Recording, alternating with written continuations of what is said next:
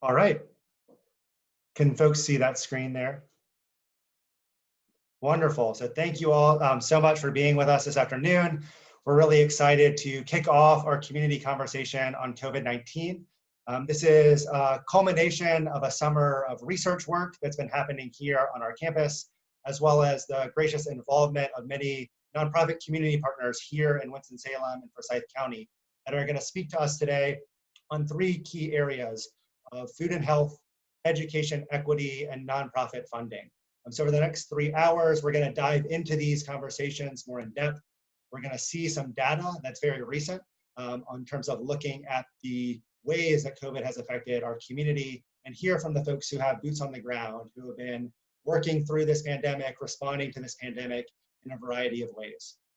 My name is Brad Shugal. I work in the Office of Civic and Community Engagement here at Wake Forest University. And we're excited to be sponsoring and hosting this program today. I'll let Cameron introduce herself as well. Hi everyone, my name is Cameron Wilborn. I'm the Assistant Director for Community Partnerships in the Office of Civic and Community Engagement, and we're so happy to have you all here with us for this afternoon. We definitely want to thank our sponsors for the event. So the event is being co-sponsored by Parent Power of Action for Equity, Forsyth Futures, and then RIPI of Wake Forest University, which stands for Race, Inequality, and Policy Initiative. So we want to thank all of those folks for partnering with us as well for this work. Great, thank you. So we're gonna get into it. We're gonna start this conversation today with our student leaders. These are folks who have engaged with our Office of Civic and Community Engagement Summer Research Collaborative. So they were paired with faculty mentors over the course of the summer, looking really at an interdisciplinary approach to understanding the pandemic as it was evolving and as it was changing.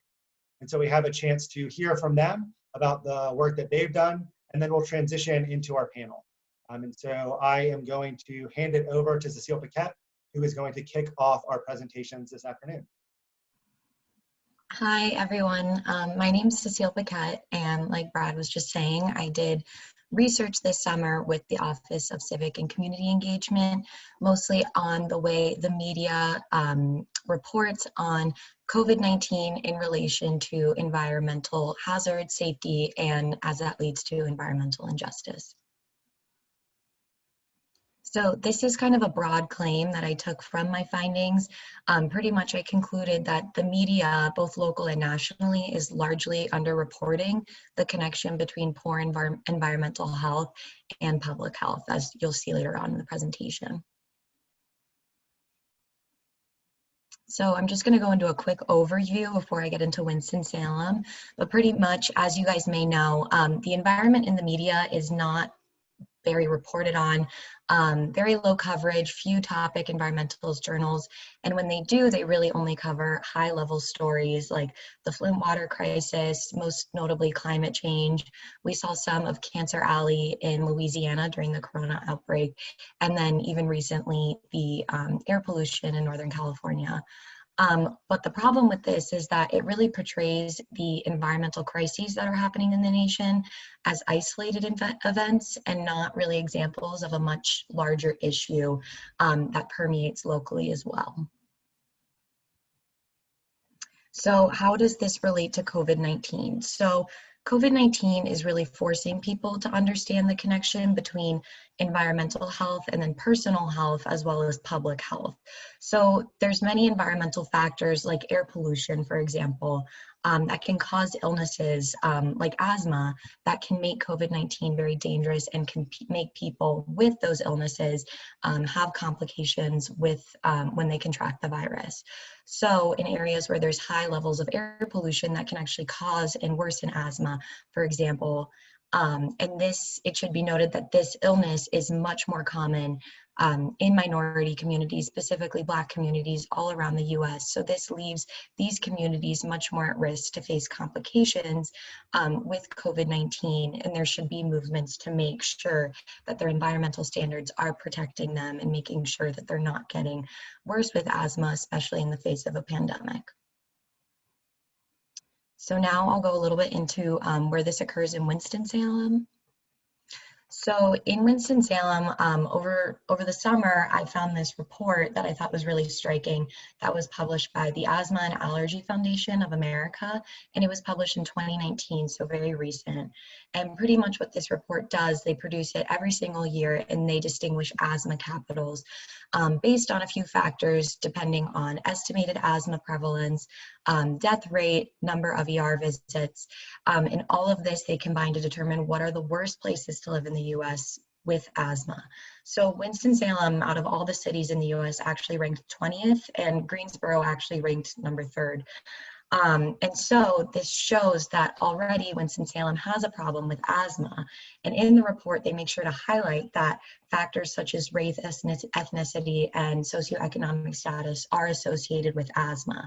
So with a pandemic and a virus like COVID-19 that really puts people with asthma at risk, this creates a really vulnerable population in Winston-Salem that has such trouble with this illness. So in terms of the media in Winston-Salem, when I was largely looking at news outlets or reports, I really couldn't find anything that had to say about anything about this, about the asthma prevalence, about how hard it is to live with asthma, or really any environmental connections to public health during the pandemic. The two big Winston-Salem media outlets, the Winston-Salem Journal and the Triad City Beat, didn't report anything about any environmental hazards that may be affecting public health, and news coverage is really mostly focused on a nationwide scale that we see being reported everywhere, but they're not necessarily reporting on things that are happening in their own community. So just some next steps to kind of wrap up.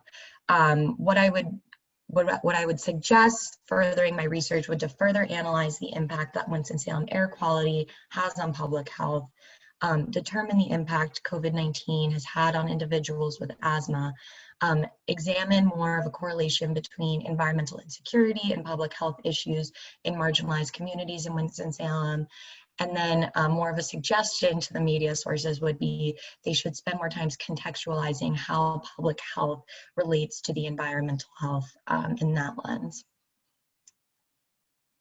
And that's it. Thanks for your time. Great. Thank you so much, Cecile.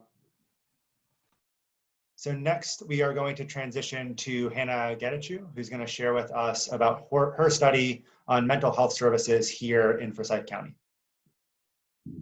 Hi, good evening. My name is Hannah, and I'll be presenting research conducted by myself and Dr. Hayden about, as Brad said, mental health and how it has been affected by COVID-19.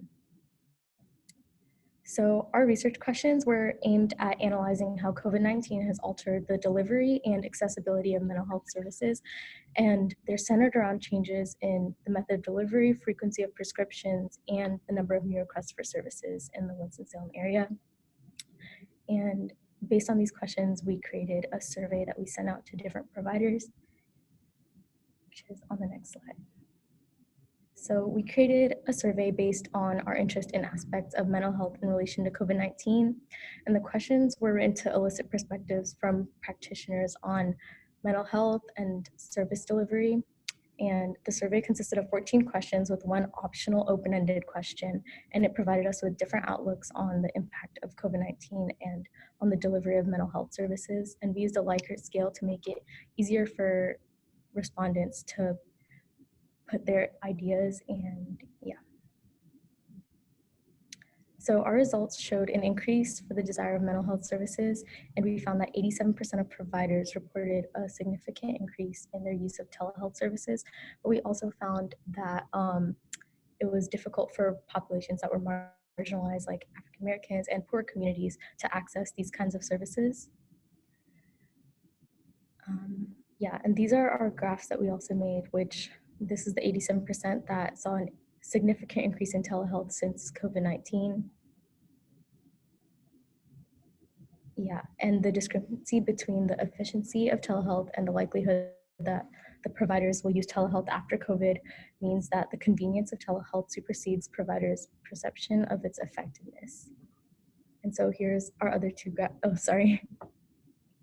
Here's our other two graphs that show the above statement. And yeah, For our implications, we found that practitioners generally had a hard time providing service to younger children because they found them less engaged, and this could show that there may need to be a different approach to treating children using telehealth and considering the possibility of distance face-to-face sessions for people who are not suited to telehealth. Another limitation of telehealth is that some providers expressed concern that patients were terminating their appointments due to the switch. This could be because insurance companies may not cover the cost of telehealth, or the lack of education or awareness in the community about the effectiveness, or the lack of resources like for access to telehealth. The continuation of telehealth services will be dependent on payers covering it as a modality of reimbursable treatment, but to combat this, the county could offer some sort of supplemental service to cover the costs, promote awareness of the effectiveness through community service, like community-sponsored events, and provide households in need with technological resources so they can access the services from their homes. And yeah, I think that's the last slide. Wonderful. Yeah, thank you so much, Hannah. Well, great. It was wonderful to hear from our student leaders who have spent the summer diving into these research projects and thinking more critically about the ways that health and food play a part in this pandemic response. And so I am glad to now turn our conversation over to Dr. Megan Regan, who is a professor here at Wake Forest and also the chair of our Urban Food Policy Council here in Winston-Salem. She'll be moderating the panel, and I'll turn it away to her.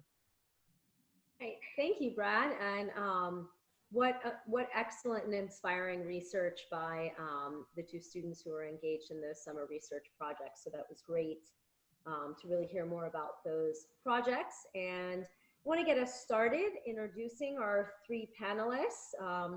So I'll sort of allow them to introduce themselves and some of the roles that they play within our community related to food and health. And then from there, we're going to kind of talk about some of the connections with their work and the students' research, and then go into a few questions for discussion about this topic. All right, so we are very grateful to be joined by Eric Aft, who's the CEO of the Second Harvest Food Bank. You could introduce yourself, share a bit about the work you do. Great. Thank you, Dr. Regan. Again, Eric Aft with Second Harvest Food Bank of Northwest North Carolina. As the only food bank serving this region, we are proud to work with over 291 community partners who are providing on-the-ground food assistance to our neighbors in need. These range from well-known social service organizations to church-based pantries to school-based food pantries and backpack programs, and as well as outreach programs that we do every single day, coupled with culinary training to help what we call shorten the line, help people give a career path in the culinary world, provide nutrition education to members of the community, as well as do some SNAP outreach to get more individuals signed up for that critical service that's provided by the federal government. So good to be with everyone. Yeah. Then next up, we've got Rev Angela Brown. Good afternoon or good evening, everyone. Thank you, Dr. Regan and Brad, for allowing us to be here this evening. I am Angela. I'm a local pastor here in Winston-Salem, more specifically in the Carver School Road area. Not only am I a local pastor here in one of our communities, but I also am our community health coordinator at in Faith Health at Wake Forest Baptist Health.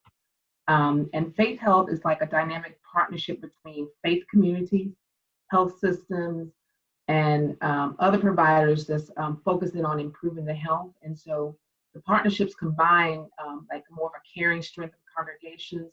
Many of the congregations work together with us. And so I have the privilege to be able to work with many of our community members that are affected for various reasons. And so I provide that support, that community support, and making sure they have connections in the ways back and forth to healthcare access. Thank you. Thank you.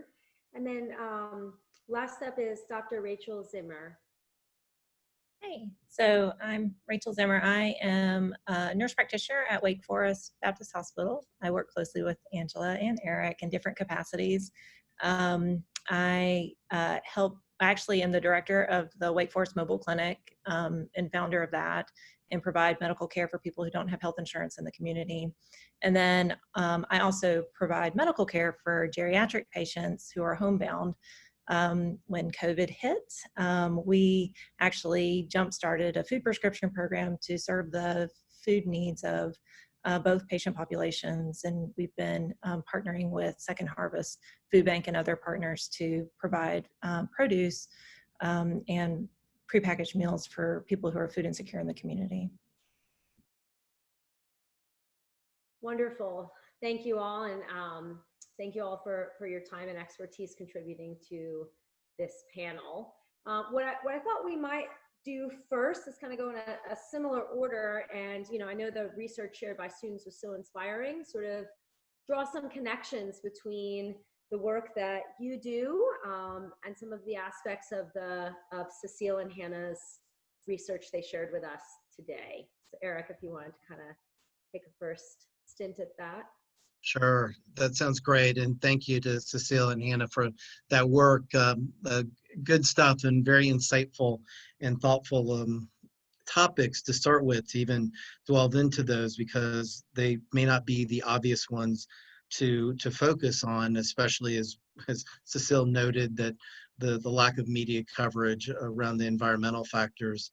And I think what it spoke to, what hit me in relation to our work, was that those who are challenged socioeconomically in our community are challenged on so many different levels, and it speaks to the importance of systems work to try to address the issues that are before us, whether it be food insecurity or health challenges, that type of thing. I know in our work, we try to focus a lot of our efforts to engage partners and community members in food deserts.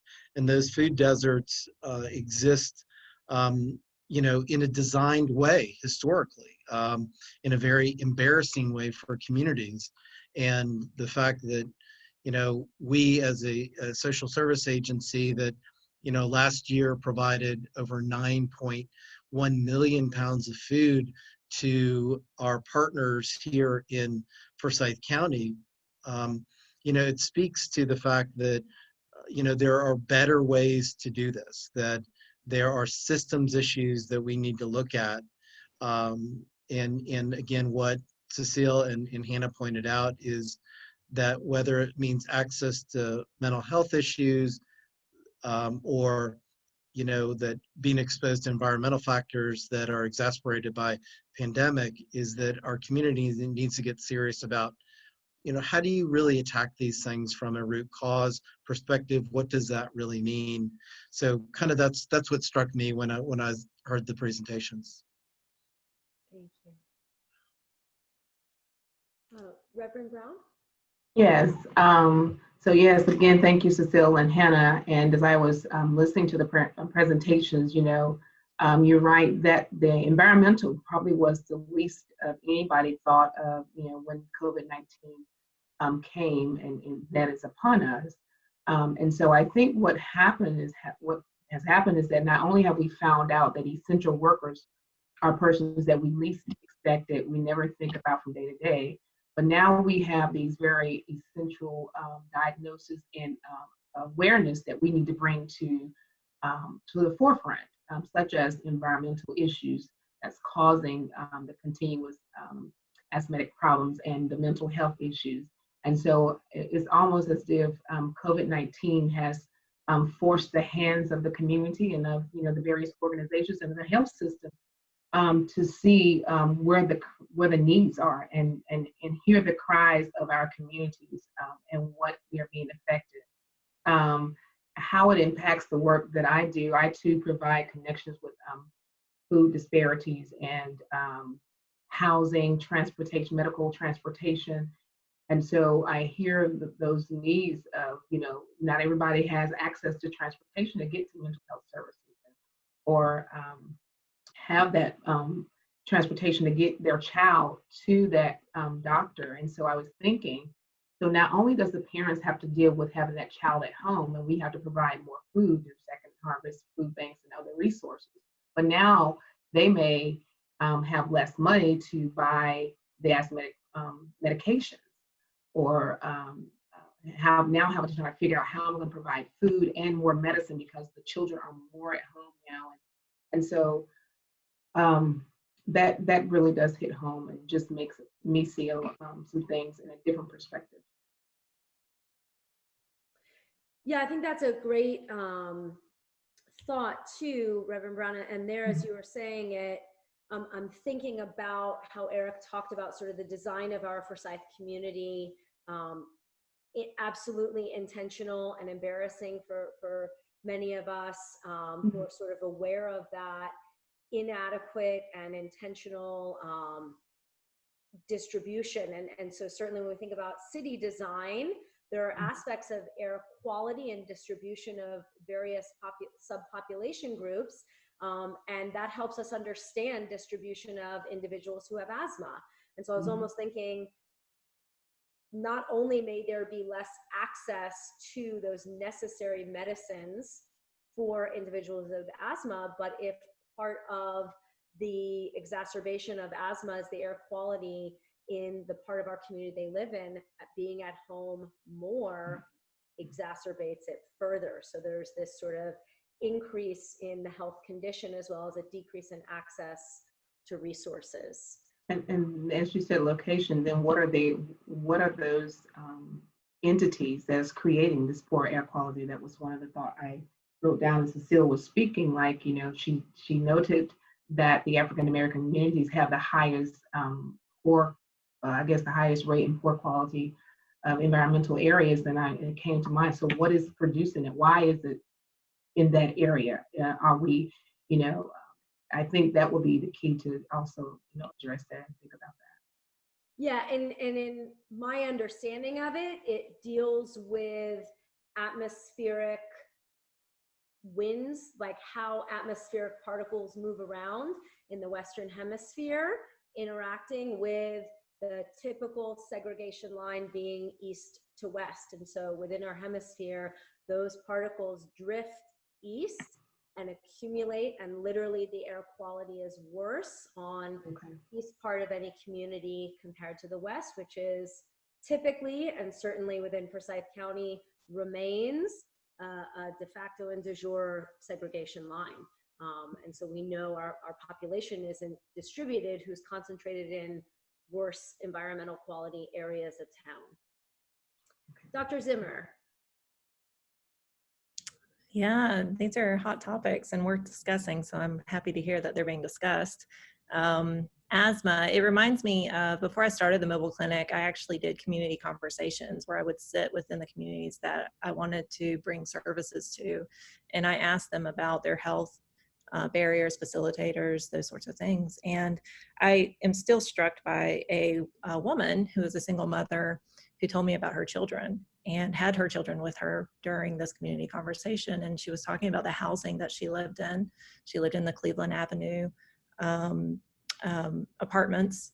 And, you know, she said, no matter how much I clean that apartment, it becomes mildewy and my children can't breathe.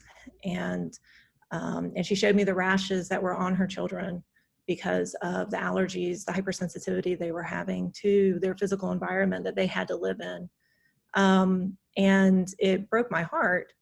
As a healthcare provider, yeah, I can prescribe medicine, sure, but I can't fix the problem that's causing. She wouldn't need medicine for her children if she wasn't living in that situation. And so I always have a strong reaction. It's been years since I had that conversation with her, and I still strongly, you know, vividly remember that conversation. So poverty and racism directly impact asthma. So I'll just blatantly state it. And then also poverty and racism directly impact food insecurity. And we all know that. I'm assuming we do if we're on this call. And the mental health crises that is occurring is happening across the country.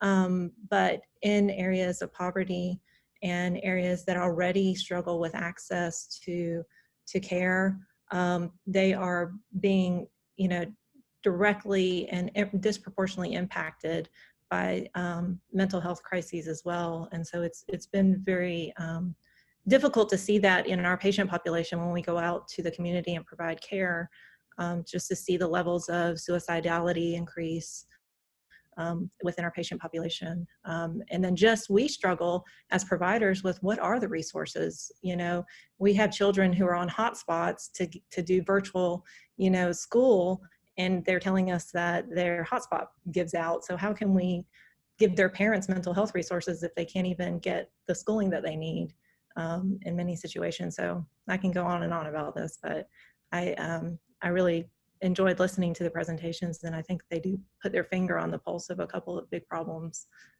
within the community.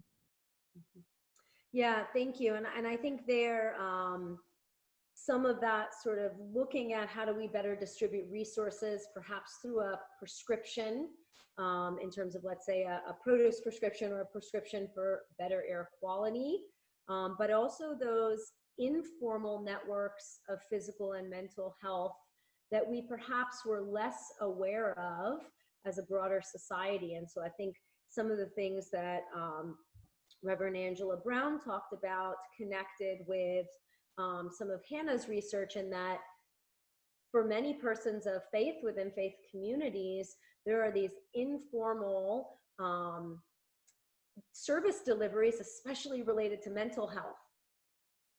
Faith communities will really close down in terms of typical access and ways that individuals utilize those resources, but that's difficult to identify or measure, especially if, let's say, you're looking at census data or count of appointments at more formal providers too. So that was really great, y'all.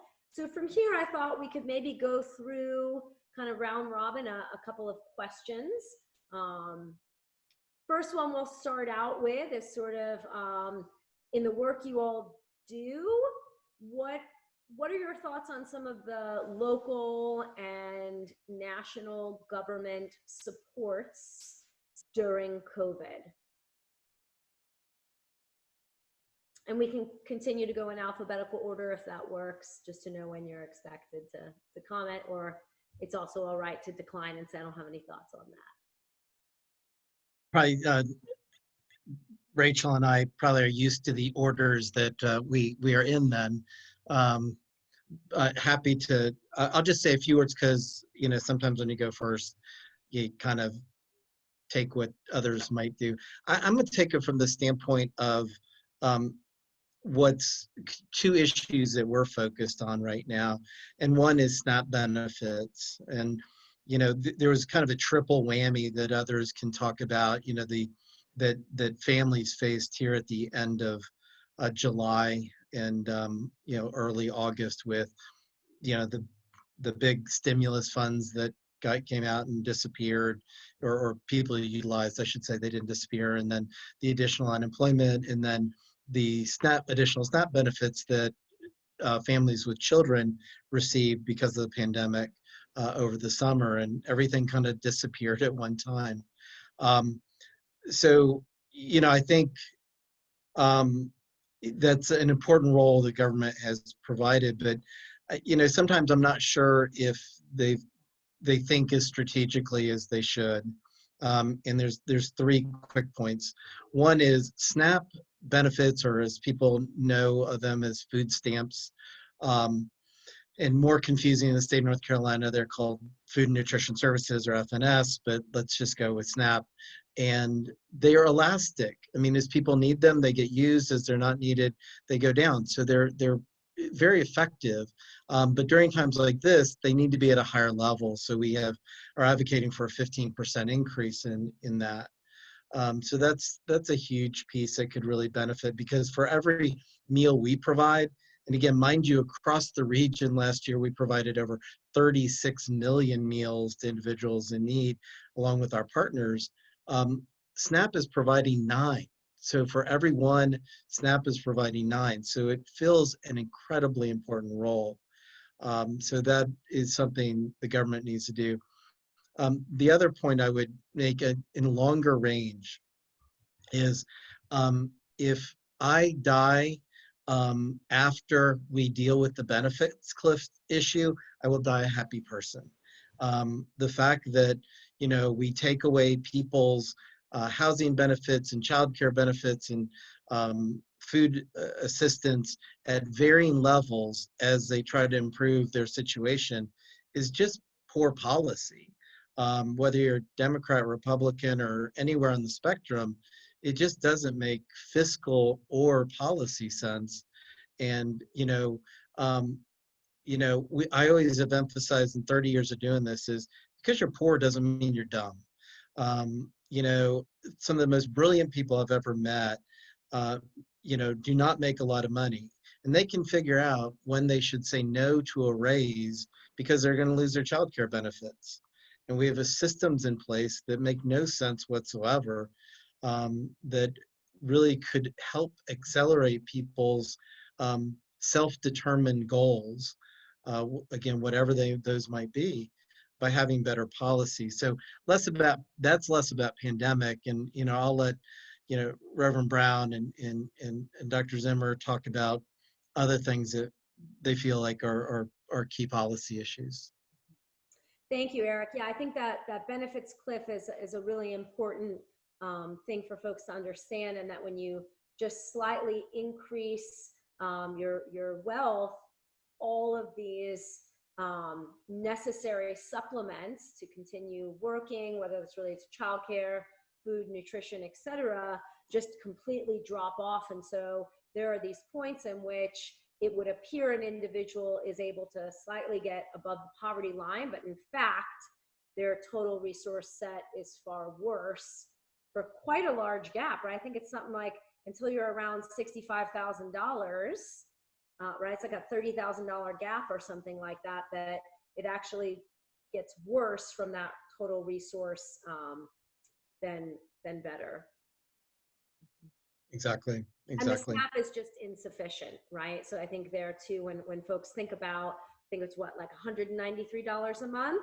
You can't buy quality nutrition inputs for $193 or $96 a month for a family. Right, and it's not designed to provide the entire food bill to start with, but the elasticity thing is key for folks. People say, well, it's too much or whatever. It's just like, you know what, as the economy improves, less people are on SNAP. As the economy is challenged, more people are on it. It is actually very well researched to be a highly effective one. Plus, we have to remember that every SNAP dollar is invested in the local community. So when somebody goes to the grocery store to use their SNAP benefits, they're helping to employ somebody within that grocery store. So I can't remember the exact return on investment, but it's kind of like for every dollar of SNAP, it's like $1.43 that is a benefit to the local community. So again, just policies that make logical sense, and maybe that's the problem, is that logical sense is not quite where we are, but we can always strive to get there. Yeah, and some of our small scale farmers, a good amount of our local farmers markets accept SNAP EBT, and so that's also directly sort of connected to environmental sustainability and things like that. It's wonderful. Reverend Brown. Yes, my thoughts on the governmental, I guess, concerns, or I am very grateful that they provided funds for many of, for people that will need housing assistance. So housing is of course, one of the major issues when you're looking at when you're looking at the disparities across the board. That is one of the ones as well. And so, as Eric was saying, it's almost like a vicious cycle, a systematic trap of keeping people in a cycle of poverty.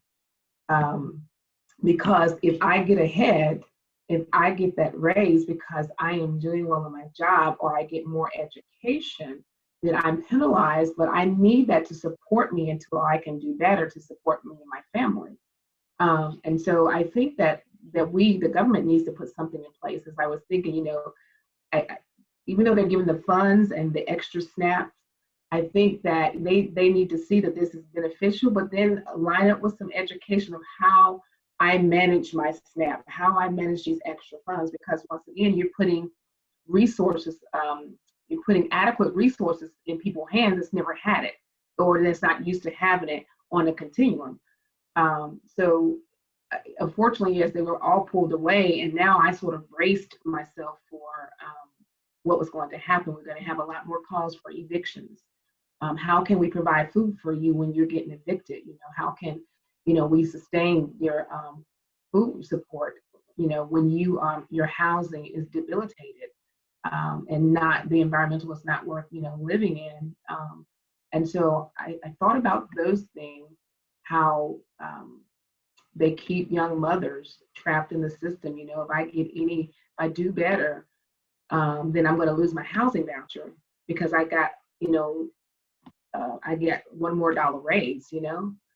So what do I do when you take my support from me? I do want to get out of the Cleveland area. I do want to get out of this area, but I need some stepping stones.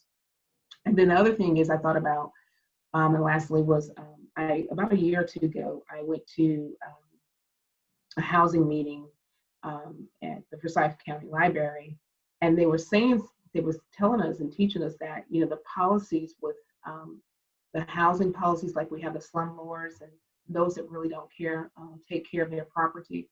So the policy requires them to do very minimum. And so when we go in and we try to get these, the mildew and the, you know, the infestations taken care of, you know, they're going to do the bare minimum because of the policy. And so what they were saying, in essence, we need to figure out how we can get the policy changed so that now these landlords are held accountable to higher standards. So I just, you know, I'm trying to, and as a pastor, trying to care for the community with all of these different fires going on, and you're trying to put this one out. And it's just so many, there's so many things to target. We need their help. Some of the connections between your statements and Eric also kind of acknowledge a decent amount of our government supports during COVID have been more safety nets and not safety ropes. So let's have this sort of inability to fall absolutely rock bottom, let's say some eviction temporary support. But what about watching how individuals are falling down the rungs of resources or socioeconomic rungs that they have worked so hard over so long to accumulate, and have a worse outlook on being able to get back to that place, right? And so this is very sort of slippery fall.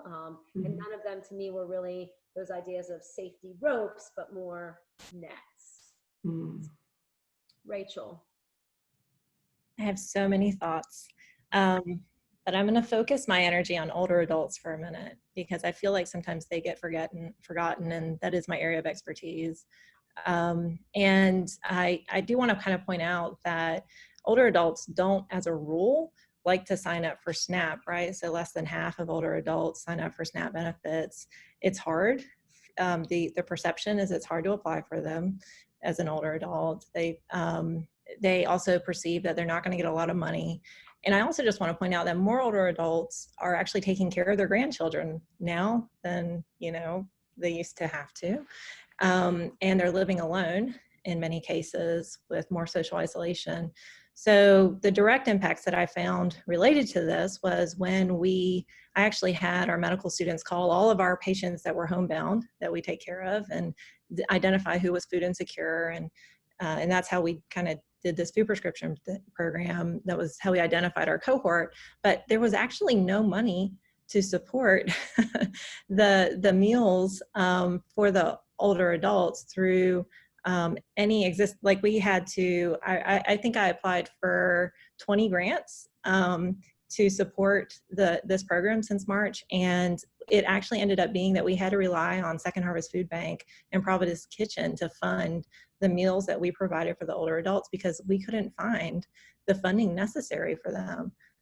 It was almost like the government forgot about, our older adults. And I will say now, as a caveat to that, I know that there's CARES Act funding that just rolled out, or that we just applied for in collaboration with Second Harvest to look at older adults, helping feed older adults. And so I'm thankful that there is that opportunity.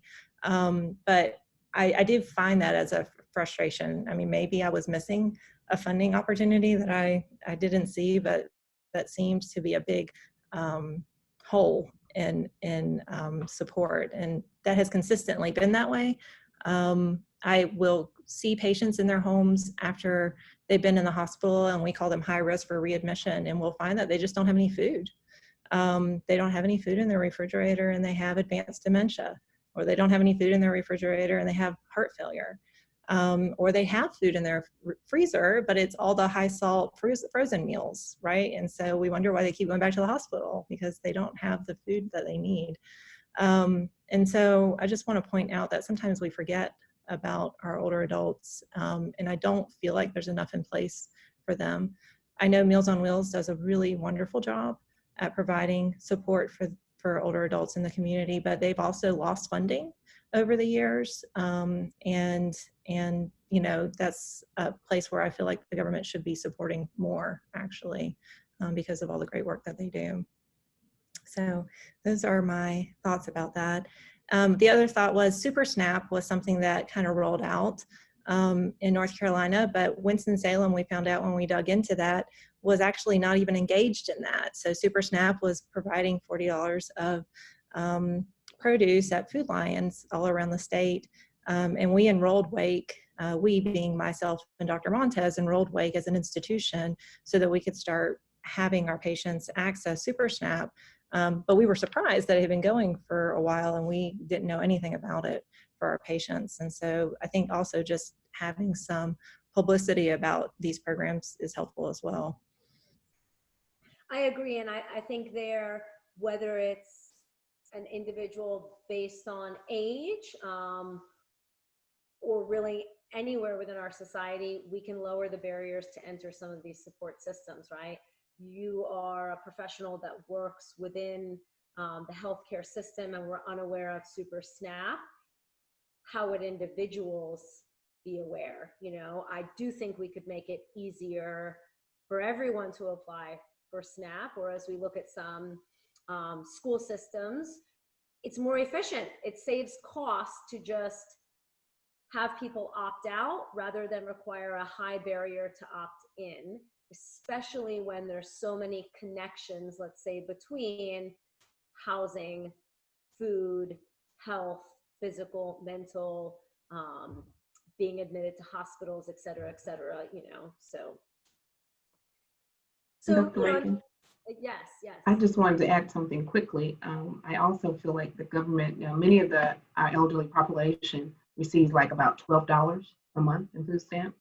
So 193, I think you mentioned earlier, would be like phenomenal for them, whereas they get $12. When I'm assessing referrals and listening to them, I'm like, so I believe that nobody, especially our elderly population, should be receiving $12. That is like very disrespectful.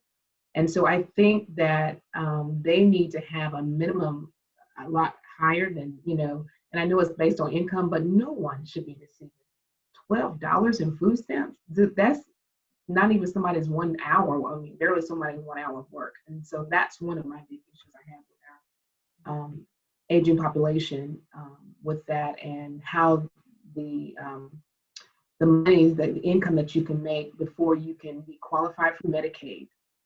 That is another sticker. And so I just am dealing with that with someone else, and it's like they're either $1 over or $10 over, and it's like they need this help. How, it's those things are very those things need to change. Something needs to happen. Thank you. Sorry. No, I appreciate it. Yeah. And I think the number that was for a household of 4, right? But yes, again, it's insufficient at best. The effort to get the benefits doesn't even cover often the benefit it provides. And then when we think about, well, you need to eat healthier, well, it's expensive to go to the grocery store. Let's say I'm elderly or unwell or don't have transportation, and I live in a food desert. There's not a grocery store near me. I can't buy fresh food because of my time planning horizon. It's quicker perishable, right? Or perhaps I don't always have access to labor added cooking because I'm busy working. And so there, I think looking at so many aspects of how we sort of distribute resources and lowering those barriers to enter, but also acknowledging, yeah, $12, is it even worth trying to take the bus for 3 hours to go to a grocery store for $12? For many individuals, it might be too costly.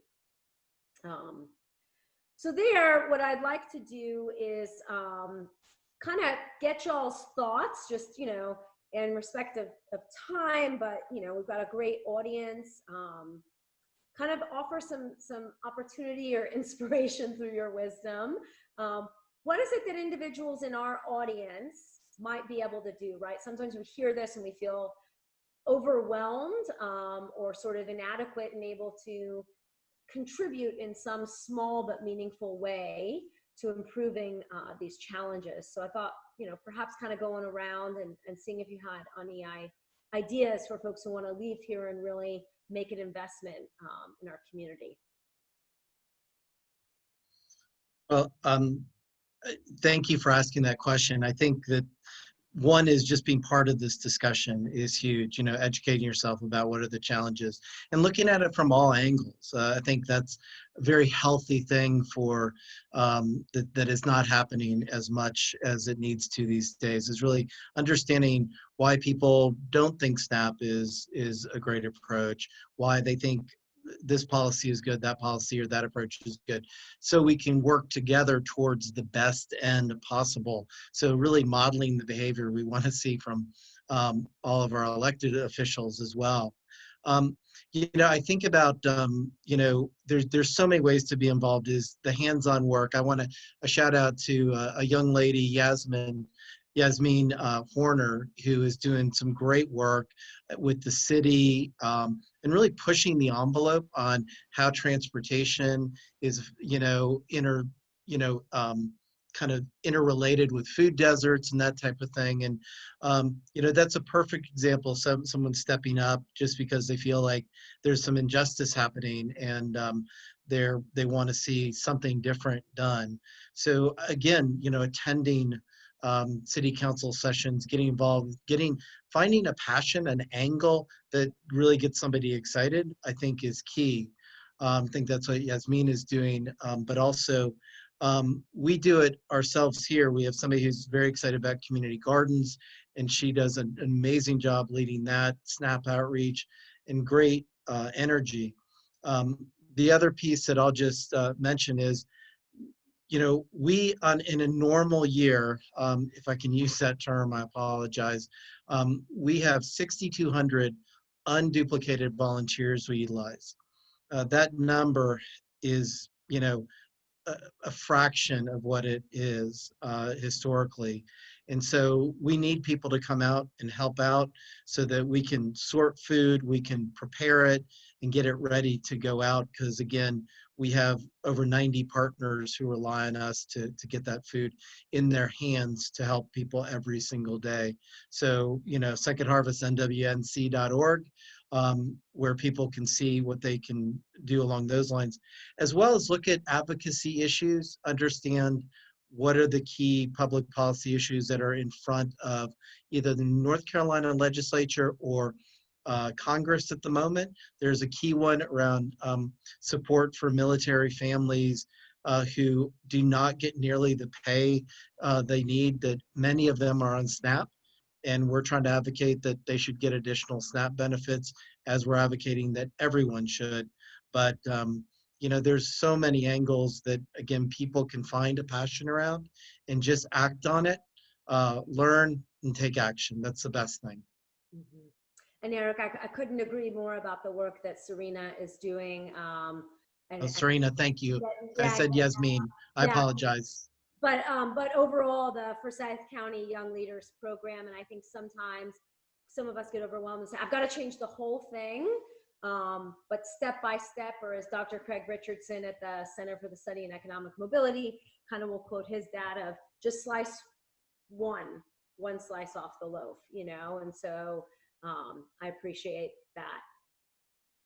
Yeah, and I apologize to SERENA for, I was looking back at some emails recently, and that's the name, and I'd forgotten. But anyway, SERENA's doing, again, her advocacy is just a great example, really, to us all, even though she's a young person. I mean, this is exactly the citizen engagement. She is a shining example. Reverend Brown. Yes, I totally support everything that Eric just shared with us on and how you can get engaged, going to different the council meetings, and I also encourage the Louisville Clemens area. I'm on the Louisville Clemens Interfaith Alliance Committee, and we have many people out in this area. The students, because they're coming in. So these schools come together, and the churches here in the Clemens area trying to come together to figure out how to bring support. And so oftentimes people don't see that there's a need out here in the West Side, and but it is. And so I encourage you, as you brought and looking for it, go beyond, you know, come out to Clemens. You know, I live out here, and so there are great needs in the schools. Try to figure out, now that we're doing things different, you know, big brothers and big sisters. That was one of our major topics that we talked about in the Faith Alliance, of trying to get more volunteers in that effort. And so I think they're doing some virtual things. And so looking into what that looks like, getting connected to many different organizations to see what they now have set in place would be a great idea. For us at Faith Health, we are currently partnered with Love Out Loud, and our volunteers are going to their website, and they have like what you call a base program, where they will look at the various different opportunities to volunteer. So I would encourage that too. And we're on that. We're one of the choices that you can choose, and then we're able to pair up to see what services that we offer from your passion. As Eric said, find that passion, seek it, get education behind it, get an understanding behind it, and, you know, fulfill that. So that's what I would share. Thank you. Thank you. Rachel. Yeah, so I have two actionable items. So one is I co-chair the Piedmont Triad Regional Food Council, and Creative Carolina Works is currently doing a 12-county assessment of the food systems. So I put the link inside of the chat, and you can fill out a survey. And also they are doing a lot of listening sessions within the community via Zoom now, or a Facebook Live, and are wanting input. And hopefully that's a way to engage in advocacy and food justice on a larger level. So I wanted to share that. And then secondly, I really have become quite a believer in supporting our local farmers. And I know Liberty Street Market that just opened up, right? So like it's every other Friday now, and I'm not sure which Friday it lands on. Tomorrow, Gary. Oh, there you go, it's tomorrow. And so, so I really. Snap EBT accepted. Yeah, so I want to encourage, that's a great way to put your money back into the local economy and support our farms. And I agree with everything Eric and Angela said as well. But I just wanted to put two more additional items out there too. No, that's wonderful. I think those are great suggestions. And again, I think that for our attendees, you know, they're passionate and interested in the topic, took their time out of busy schedules to be here today, but to sort of, you know, what are those small things that fit within tight schedules and tight budgets? Get involved, find one thing, and perhaps that one thing might be analyze the impact of your own decisions, right? Could you buy one more item at a local farmer's market, like the Liberty Street Market tomorrow, 4 to 6 p.m., compared to from a big box store that might not have that increased multiplier effect like Eric talked about. This is directly income into the hands of a citizen, a local farmer, small scale farmer, that Liberty Street Market. We got some funding from the Community Food Strategies Network out of NC State. And all of those farmers live within a 5-mile radius of the market. And so they live within a food desert. Could you also look at some of what Reverend Brown mentioned, the advisory councils, right? And so sometimes we, and I'll say sometimes we, by perhaps me, might wag our finger at a government saying that policy or system is broken, but how do we get involved and try to improve it in some slight way? And sometimes that's just bringing our perspective, our efforts, our talents into it. The city's got about a dozen various advisory councils for citizens to apply to on various topics, many of which we talked about today. So I think those are some great options. And I know I want to appreciate the time and talents of our panelists, the amazing work and inspiring research from our student researchers who presented, as well as all of the attendees who are with us today and continue doing some great work to improve our local community. Wonderful. Yeah, thank you so much. That was such a great entry point for us to begin our conversation this afternoon, really to see the ways that food and health intersect with a lot of the challenges that our community is facing, both before the COVID outbreak and now as we're responding. And I appreciate all of you for the work that you're doing on the ground, for providing our attendees with some great action steps to take forward as we head into the rest of this fall and the rest of this year together. So thank you very much to our speakers, our students that were here, and to you, Dr. Regan, for that wonderful facilitation. You did exactly what a good moderator should do. You kept us on task, engaged us in deep conversation, gave everyone a great action step to take with them, and most importantly, kept us on time as we are rolling through a series of 3 events here this afternoon. So thank you so much for that. Now we are